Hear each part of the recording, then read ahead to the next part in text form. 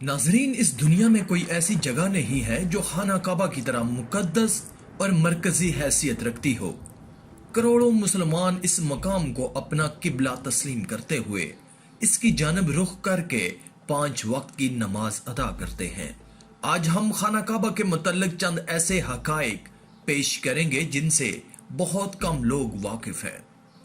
जो भी अल्लाह और उसके नबी हजरत मोहम्मद सल्लल्लाहु अलैहि वसल्लम से मोहब्बत करता है वो इस वीडियो को पूरा देखे। इंशाअल्लाह बहुत कुछ नया जानने को मिलेगा। तो चलिए शुरू करते हैं आज की ये वीडियो। सब्सक्राइब करें अल्लाह की कुदरत चैनल को और प्रेस करें बेल आइकन को लेटेस्ट वीडियोस सबसे पहले देखने के लिए। नाजरीन, खाना काबा कई मर्तबा तामीर हो चुका है। खाना काबा जिस तरह आज हमें नजर आता है ये वैसा नहीं है जो हजरत इब्राहीम अलैहिस्सलाम और हजरत इस्माइल अलैहिस्सलाम के दौर में तामीर हुआ था। वक्त के साथ पेश आने वाली कुदरती आफात और हादसात की वजह से इसको दोबारा तामीर करने की जरूरत पड़ती रही है। बेशक हम सब जानते हैं कि खाना काबा की दोबारा तामीर का एक बड़ा हिस्सा नबी करीम सल्लल्लाहु अलैहि वसल्लम की जिंदगी में नबूवत मिलने से कबल मुमकिन हो चुका था। ये वो वक्त था जब नबी करीम सल्लल्लाहु अलैहि वसल्लम ने एक बड़ी खूनरेजी को अपनी दूर अंदेशी से रोका था। एक बड़े कपड़े में हजरे अस्वद को रखकर हर कबीले के सरदार से उठवाया था। इसके बाद आने वाले वक्त में कई मर्तबा खाना काबा की तामीर होती रही है। आखिर में खाना काबा की तफसील से आराइश 1996 में हुई थी, जिसके नतीजे में बहुत सारे पत्थरों को हटा दिया गया था और बुनियाद को मजबूत करके नई छत डाली गई थी।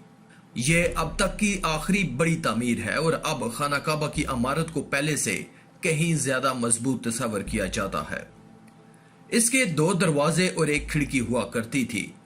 दोबारा तामीर किए जाने से कबल खाना काबा का एक दरवाजा अंदर दाखिल होने के लिए और एक बाहर जाने के लिए इस्तेमाल होता था। एक जमाने तक खाना काबा में एक खिड़की हुआ करती थी। खाना काबा की जो शक्ल आज मौजूद है उसमें सिर्फ दरवाजा है, खिड़की नहीं। हम लोगों ने खाना काबा को हमेशा काले रंग की कस्वा और सोने के धागों में देखने की ऐसी आदत हो चुकी है कि हम इसको किसी और रंग में तस्वर भी नहीं कर सकते।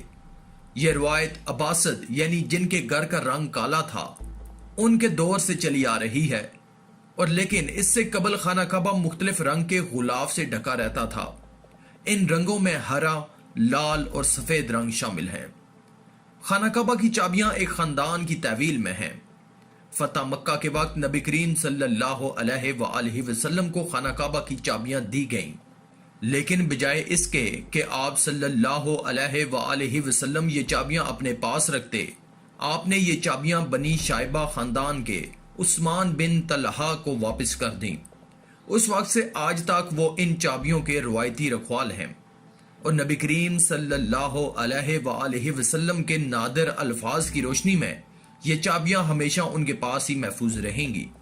ऐ बनी तलहा, ये चाबियां रोजे कयामत तक तेरी तहवील में रहेंगी, सवाए इसके कि जोर जबरदस्ती तुझसे गैर इखलाकी तरीके से छीन ली जाएं। नाजरीन, पहले खाना काबा हफ्ता में 2 मरतबा आवाम के लिए खुला होता था और कोई भी खाना काबा के अंदर दाखिल होकर इबादत कर सकता था, लेकिन मौजूदा जमाने में ज़ाहिरीन की तादाद ज्यादा होने और दूसरी वजूहात की बिना पर खाना काबा को अब साल में सिर्फ 2 मरतबा खोला जाता है और इसमें आला शख्सियात और खास मेहमान ही सिर्फ दाखिल हो सकते हैं। खाना काबा के आस पास तैराकी की जा सकती थी। खाना काबा के वादी के निचले हिस्से में होने की वजह से दीगर मसाइल में से एक मसला ये था कि जब बारिश हुआ करती थी तो वादी में सैलाब आ जाता था। ये मक्का जैसे शहर के लिए कोई अनोखी बात नहीं थी, लेकिन ये बात दूसरे मसाइल की वजह बनती थी। इस वक्त यहाँ सैलाब की रोकथाम और निकासी आब का निजाम मौजूद नहीं था। बारिश के आखिरी दिनों में खाना काबा पानी में आधा डूबा रहता था, लेकिन क्या इस वजह से तवाफ काबा रुका? हरगिज नहीं। मुसलमानों ने काबा के इर्द गिर्द तैराकी करके तवाफ शुरू कर दिया।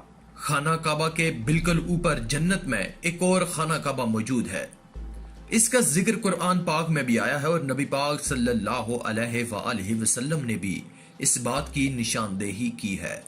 अल्लाह के नबी सल्लल्लाहु अलैहि वसल्लम ने माराज का वाकया सुनाते हुए फरमाया, جب مجھے بیت المعمور یعنی اللہ کا گھر دکھایا گیا تو میں نے حضرت جبرائیل علیہ السلام سے پوچھا. انہوں نے جواب دیا کہ یہ بیت المعمور ہے جہاں 70,000 فرشتے روزانہ اللہ کی عبادت کرتے ہیں، اور جب وہ یہاں سے جاتے ہیں تو واپس نہیں آ پاتے، ہمیشہ نیا دستہ آتا ہے. کیا آپ نے کبھی اس بات پر غور کیا ہے کہ حجر اسود چاندی کے سانچے میں کیوں گھرا رہتا ہے؟ کچھ ساحرین کے مطابق حجر اسود بحرین سے تعلق رکھنے والے اسماعیلی گروپ ککماٹینز کے ہاتھوں ٹوٹ گیا تھا.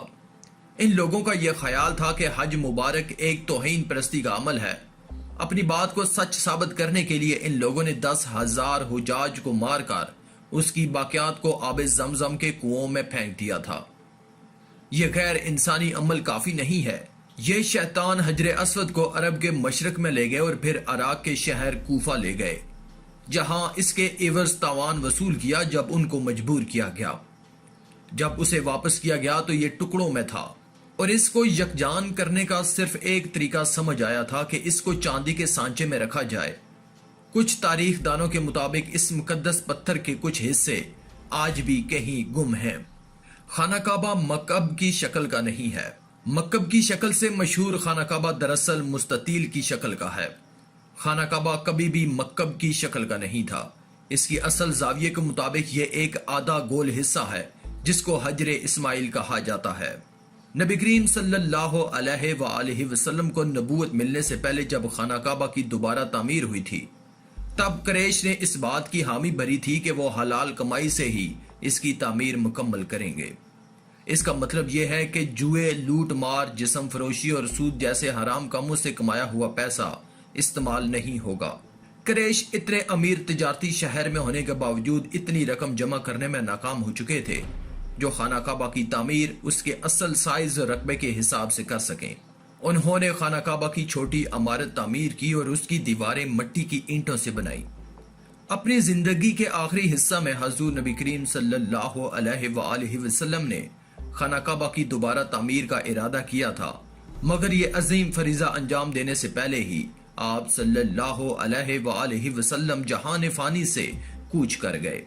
خلیفہ عبداللہ بن زبیر کے دور حکومت کے چند سال کے مختصر وقفہ میں خانہ کعبہ اپنی اسی شکل میں موجود تھا جس میں نبی کریم صلی اللہ علیہ وآلہ وسلم نے دیکھا تھا.